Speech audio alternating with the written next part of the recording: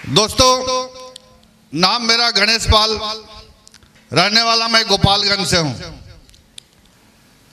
और बड़ी भाग्यशाली हूं कि वहां से चलकर मुझे यहां आने का मौका मिला है। और यह काम आज से 7 साल पहले नहीं था।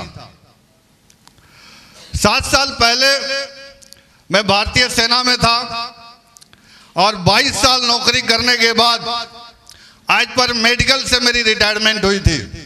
सरकार के अंदर बहुत सारी फैसिलिटी हमें मिल रही थी, बहुत सारी सुविधाएं मिल रही थी, बहुत सारा सम्मान मिल रहा था, बहुत सारे बढ़िया बढ़िया चल रहा था।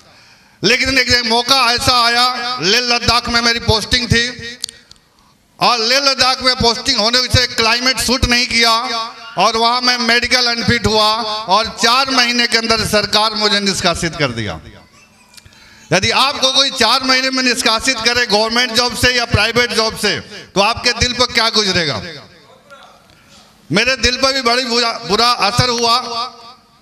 उसके बाद मैंने सोचा कि कहीं ना कहीं दोबारा सरकारी जॉब लग जाएगी। मैंने बहुत जगह अप्लाई किया सरकारी जॉब पाने के लिए। मैंने पहले दिल्ली पुलिस में गया, वहां रिजेक्ट हो गया। आरपीएफ के लिए अप्लाई किया, वहां पर भी रिजेक्ट हो गया। यहाँ बिहार में आया कि मैंने चलो बिहार पुलिस की नौकरी मिल जाएगी, वहां पर रिजेक्ट हो गया। इसके बाद सेफ के लिए अप्लाई किया, वहां पर भी रिजेक्ट हो गया। मैंने हर जगह बेल्ट की नौकरी करने की कोशिश किया था, क्योंकि बेल्ट की नौकरी छुट्टी थी तो बेल्ट ही मुझे दिखता था और मेरे को ऐसा लगता था कि बेल्ट वाली ही नौकरी मिल जाएगी तो मुझे बढ़िया हो जाएगा।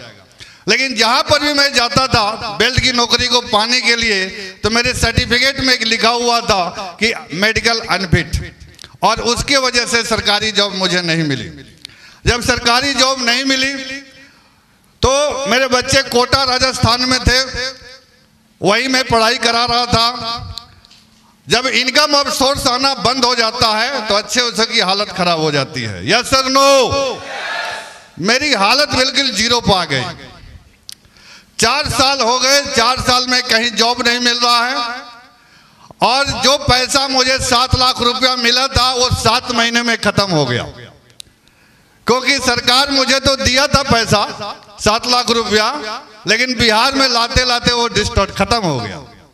1 रुपया मेरा बचा नहीं। जब पैसा नहीं बचा तो मजबूरी में इंसान क्या कर सकता है? तो मजबूरी में कहीं जॉब नहीं मिला तो एक ही जॉब मुझे मिला, वो भी सिक्योरिटी गार्ड की मिला। और सिक्योरिटी गार्ड की नौकरी मैंने 4 साल किया। लेकिन वहां जब मैं जॉब करता था तो दिल से संतुष्ट नहीं था, क्योंकि सिक्योरिटी गार्ड में मुझे 5,500 रुपया मिला करते थे और सरकारी पेंशन 3,176 रुपया मिला करता था। ये दोनों को जोड़ दिया जाए तो 8,500 रुपया बनता था और 8,500 रुपया में घर चलाना के लिए मेरे को बड़ी मुश्किल हो जाता था। तो इसलिए मुझे ओवर टाइम करना पड़ता था और ओवर टाइम करके अपने बच्चों का गुजारा करना पड़ता था और थोड़ा बहुत फीस की जमा हो सकती थी। लेकिन उससे भी संतुष्टि नहीं मिल पा रहा था मुझे। मेरे को ऐसा लग रहा था कि मेरी अब जिंदगी खत्म है, अब यहाँ से सामान बांधिए और घर चलिए। घर की खेती का जो रहेगा उसी को खाएंगे, बच्चे जो सरकारी स्कूल में डाल देंगे वहीं पढ़ाई करेंगे और बच्चे जब कमाएंगे बड़े हो जाएंगे तो कुछ भला हो जाएगा, नहीं तो अपना तब गया। ये सोच के अपना ऐसा ही मूड बन रहा था और किसी ने मुझे बताया कि सर आपकी पेंशन बढ़ गई है। तो उस पेंशन को पाने के लिए जैसे ही मैंने ट्रेन को पकड़ा और ट्रेन पकड़ा तो ट्रेन में एक मुझे देवदूत के रूप में वो शख्स मुझे मिले।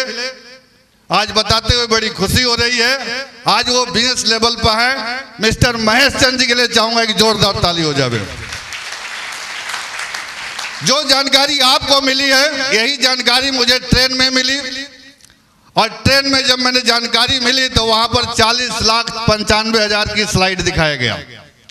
जैसे ही 40,95,000 की स्लाइड फिगर दिखाया गया तो मेरे दिमाग में एक इमेज बन गई कि यदि ये पैसा मुझे मिल जाए तो मैं बच्चों को अच्छा पढ़ा सकता हूँ, एक बढ़िया मकान बना सकता हूँ, एक साइकिल से हूँ तो मोटरसाइकिल खरीद सकता हूँ और थोड़ा पैसा बचेगा तो मैं बिटिया की हाथ पीले कर सकता हूँ और फिर भी थोड़ा बच गया तो अपनी सुखी लाइफ जी सकता हूँ। ये 40 लाख रुपया जब मैंने देखा तो मेरे दिमाग में एक बात क्लिक की कि ये पैसा मुझे मिल जाए तो मेरी जिंदगी संवर जाए। Yes sir no. और उस पैसे को पाने के लिए मैंने इस सिस्टम में हस्ताक्षर किए और सेफ शॉप कंपनी को मैंने ज्वाइन कर लिया। जब मैंने इसको ज्वाइन कर लिया तो ज्वाइन करने के बाद क्या लगता है पैसे आते हैं क्या? पैसे नहीं आते, प्लान दिखाना पड़ता है। तो मैं सरकारी जॉब वाला व्यक्ति था, ये सब सूट साड़ी बेचने मुझे नहीं आता था। जब मैं किसी को जानकारी देता था तो लोग बोलते थे कि श्रीमान आज आप ज्वाइन किए हो, ये तो हमने बहुत पहले करके छोड़ दिया और ऐसी कंपनी चलती नहीं है।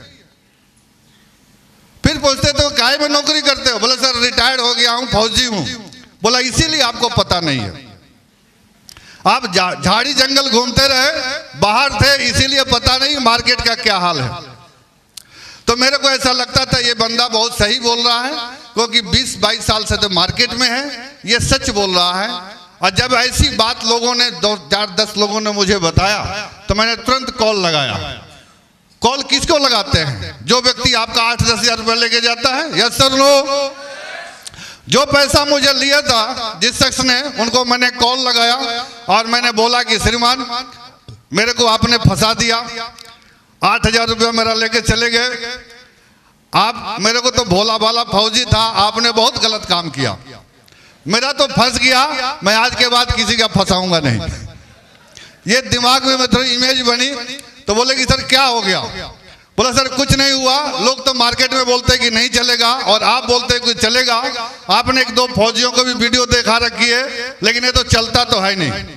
मैंने 50 लोगों को जानकारी दिया और 50 लोगों ने एक ही शब्द बोले कि ये चलती नहीं है, आप फंस गए हो, आप गलत जगह आ गए हो, इससे तो बढ़िया कहीं बढ़िया नौकरी पकड़ लो।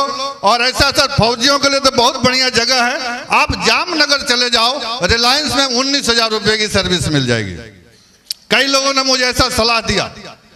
तो मेरे को ऐसा लगा कि 22 साल तो मैंने बाहर ही रहा परिवार से, ये जो 5-10 हजार रुपया मिल रहा है इसी में गुजारा कर लूंगा, लेकिन बाहर नहीं जाऊंगा, क्योंकि बच्चों और परिवार से इतना लगाव हो जाता है कि वो दोबारा छोड़ के जाना नहीं चाहता। लेकिन इसी ड्यूरेशन के अंदर उन्होंने मुझे बोला कि एक बार आगरा आइए, जिस तरह से आप यहाँ से फंक्शन बैठकर देख रहे हैं, इसी तरह मुझे वो आगरा सूर सदन के अंदर मुझे बुलाया गया। जब मैंने वहां बैठकर देखा गया तो कई फौजी यहाँ पर आए, कई पुलिस वाले आए, कई डॉक्टर आए, कई इंजीनियर आए और मिस्टर सौरभ चौधरी जी की तरह बहुत सारे स्टूडेंट भी आए। मैं चाहूंगा इनके लिए भी ताली हो जाए। अब बहुत सारे बोल रहे थे, मेरे से बिल्कुल हाइट में छोटे थे।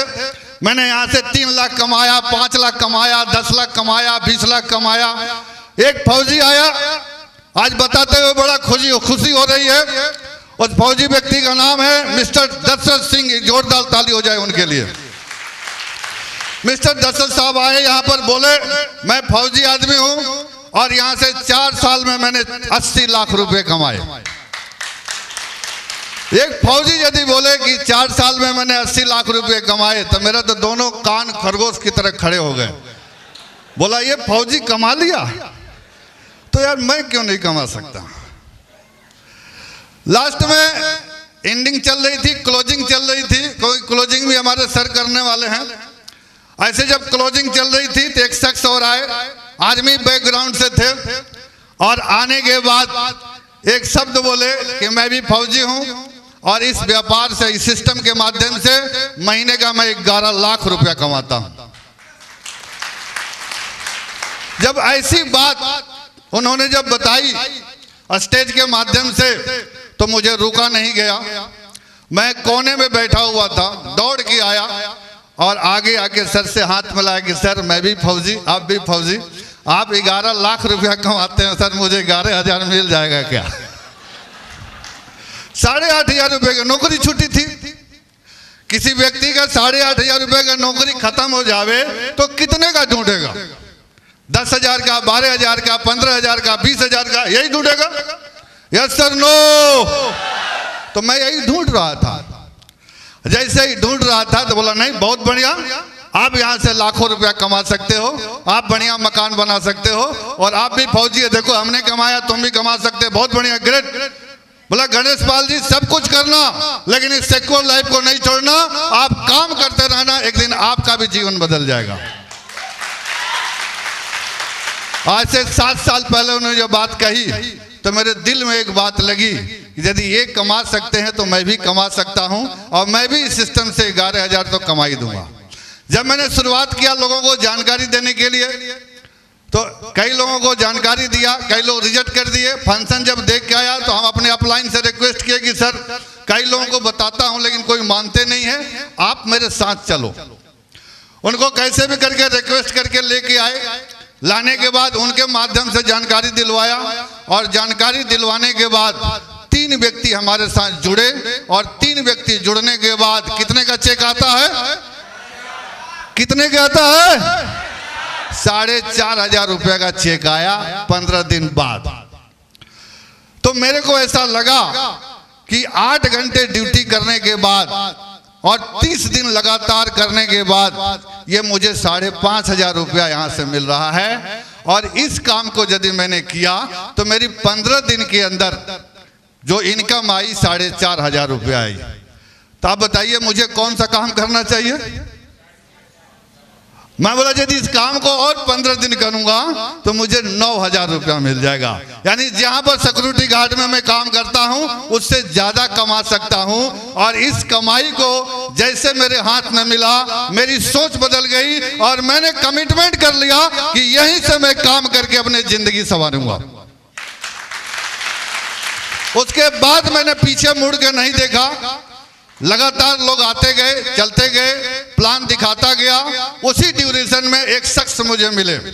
जब मैंने फोन लगाया सीनियर लीडर को कि सर मैं काम करता हूं, रिजल्ट कम आते हैं, ऐसा है आप आ जाइए, मैं धुआंधार काम करना चाहता हूं।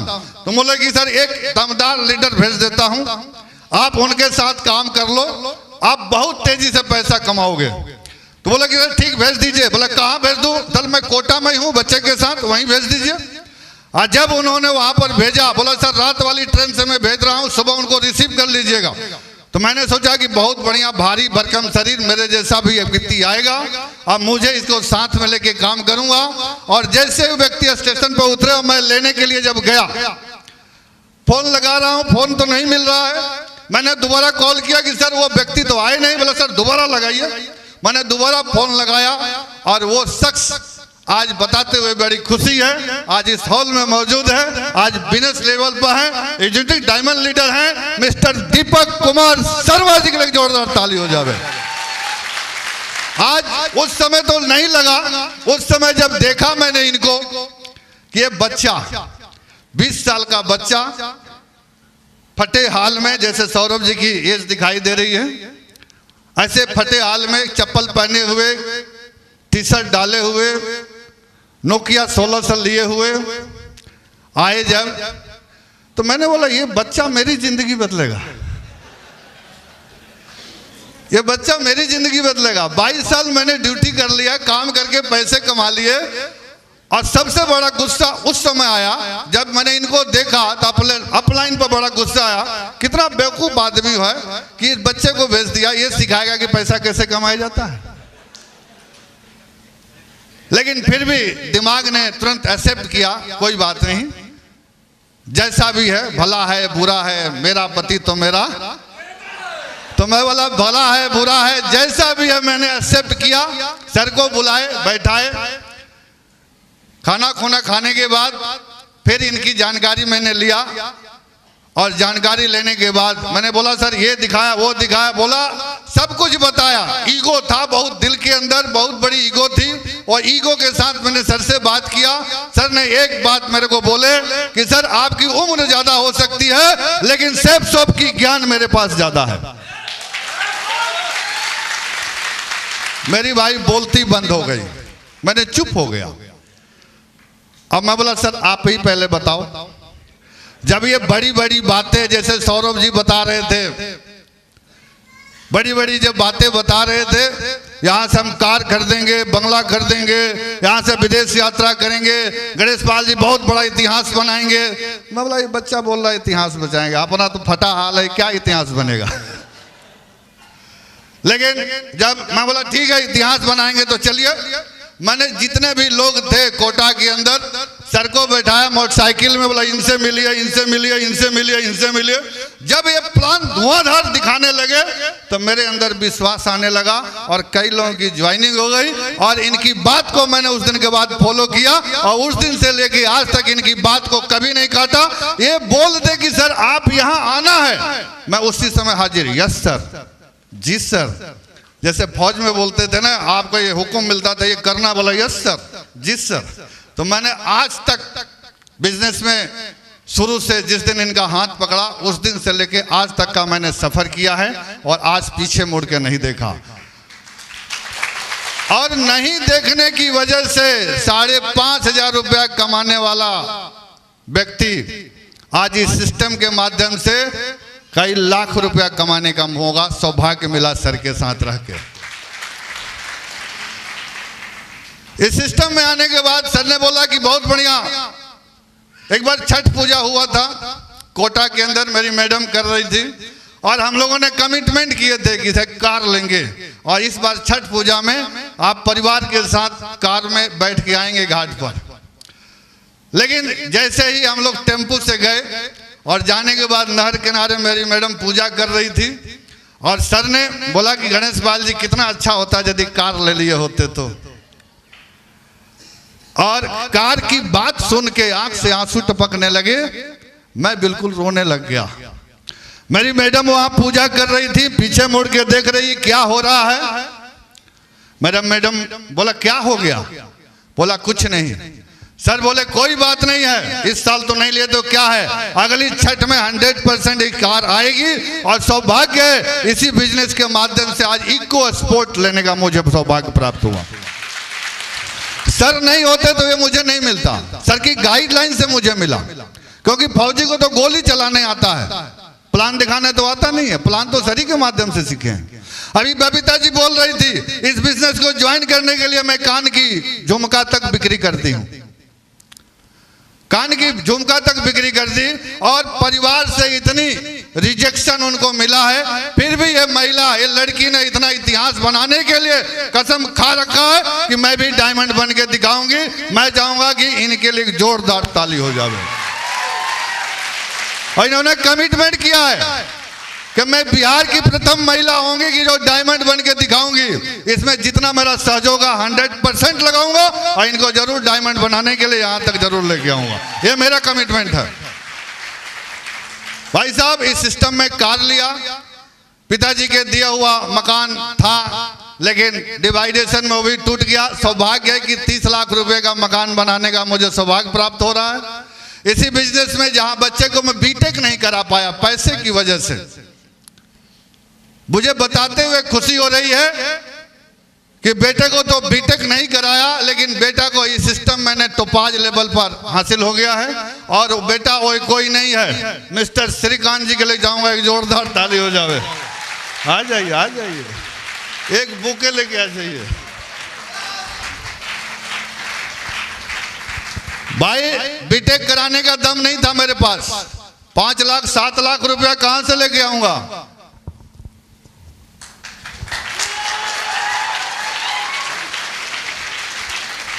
बीटेक नहीं करा पाया, ये मुझे लेके गए थे कि पापा जी मुझे मार्चेंट नेवी में भर्ती होना है। मैं इनको लेके गया रांची के अंदर, जब वहां 4 लाख रुपए का डिमांड गया तो अपना पुर्जा हिल गया। 4 लाख रुपया कहां से आएगा। 50,000 रुपया लेके गए थे कि काम बन जाएगा तो इसी में चला लूंगा, लेकिन बना नहीं। वापस आना बोला और उल्टा सिखाया कि बेटा पानी होने में काम करना ठीक नहीं है, एक ही तो पुत हो, पानी में जाओगे तो डूब जाओगे, धरती पर बहुत पैसा है। और इनको बैठ जाइए, जगह लीजिए, जोरदार ताली हो जाए इनके लिए। बेटे को तो बीटेक नहीं करा पाया लेकिन सिस्टम में बहुत अगले साल डायमंड जरूर बन जाएंगे, ये तो वादा है। इस सिस्टम में जब मैंने ज्वाइन किया और काम करके यहाँ हासिल किया तो ऐसा नहीं लगता था कि मेरी जिंदगी यहाँ पर बदलेगी। कई लोग आते हैं, प्रणाम करते हैं, पूछते हैं, रिस्पेक्ट करते हैं। ये आज 7 साल पहले कोई आदर नहीं था, कोई सम्मान नहीं था, कोई पूछने वाला नहीं था। यहाँ तक पत्नी भी बोलती थी कि 22 साल में किए क्या, 22 साल कमाए, कुछ बचाए नहीं। अरे कमा कर तो दे दिया, बचाना तुम्हारा काम था, बचाए तो ठीक, नहीं तो कोई बात नहीं। कमाना मेरा काम था, कमाए और दे दिया पूरा। अभी थोड़ा दिन पहले मेरी मम्मी यहीं आई थी पटना में, दशहरा में घूमने के लिए मैं गया, कार से लेके आया। और कार में जब मम्मी को बैठा के कहीं पर भी लेके जाता हूँ, आज मम्मी बोलती है मेरा लाल ने गाड़ी भी खरीदा है और मेरे को बैठा के घुमाता है और बड़ा आशीर्वाद देती है, ठोक ठोक के देती है, ठोक ठोक के आशीर्वाद देती है। मेरे पिताजी जब कार में बैठते हैं तो बोलते हैं कि नहीं बहुत बढ़िया है, इधर पैर रख के आराम से धीरे से मैं बैठ जाता हूँ, कोई तकलीफ नहीं होती है। इस तरह की यदि बातें आपके फादर मदर बोलें तो कैसा रहेगा? अच्छा या बहुत अच्छा? तो सौभाग्य है कि अपने पिताजी को, अपने माताजी को बैठा के घुमाने का मुझे मौका मिला है। फिर कार से बुला के लाए और कार से ही छोड़े। 2-3 दिन यहाँ पर रुकी, किसी को पता नहीं चल पाया लेकिन घुमा के भी मैंने विदाई कर दिया। और तुरंत वहीं से कमिटमेंट था मुझे बेंगलोर जाने का, तुरंत मैंने बेंगलोर गया। आज हर जगह सर के साथ मुझे काम करने का मौका मिलता है, आज हर जगह मुझे सम्मान मिल रहा है। और ये सब चीज हुआ तो एक दमदार सेफ सोप कंपनी की वजह से, दमदार मेंटर की वजह से और दमदार कमिटमेंट करने की वजह से यहाँ पर आने का मुझे मौका मिला। आज मुझे मेंटर नहीं होते, जितने भी आप देख रहे हैं फ्रंट लाइन में काला कोट पहने हुए हैं, मिस्टर बीबी यादव जी का नाम बड़ा सौभाग्य से मैं लेता हूं। पहली ज्वाइनिंग इनकी थी, जिन्होंने कमिटमेंट किया कि सर मैं भी आपके साथ काम करूंगा। ऑन ड्यूटी में थे, आज रिटायर्ड होने के बाद कलेजे से सीना लगा के आज काम करने के लिए तैयार है। ऐसे बहुत सारे फौजी भाई साहब है। मिस्टर अमित लाल जी की बात करते हैं, जब इनकी ज्वाइनिंग हुई थी यहाँ पर इनकी मैडम बैठी हुई है। पहली बार यदि हमने प्लान दिखाया था और ये बोले कि ठीक है भैया हम भी काम करके दिखाएंगे, और आज काम करके दिखाने की वजह से आप देखिए कमिंग डायमंड, मात्र एक पौधान बचा हुआ, एक कदम के अंदर सर का डायमंड का ताज इनके सिर पर होगा। उसी में दूसरा नाम निकल के आता है मिस्टर आलोक जी का, मात्र 2 से 3 से 4 महीने के अंदर उनका भी ताजपोशी होने वाला है। तो ऐसे दमदार लीडरों के साथ काम करने का मौका मिला। आज शशि जी की बात करें, आज अपने gold leader mister Deepak ji की बात करें, मिस्टर आनंद जी की बात करें, और मिस्टर एक और व्यक्ति आए थे चंदन जी की बात करें, ये लोग बीएमपी से मुझे मिले और काम करने का कमिटमेंट लिए कि सर रघुकुल रीति सदा चली जाई, प्राण जाए पर वचन न जाई, आपने जैसा किया है हम भी करके दिखाएंगे। ऐसा इन्होंने कमिटमेंट करके दिखाया है।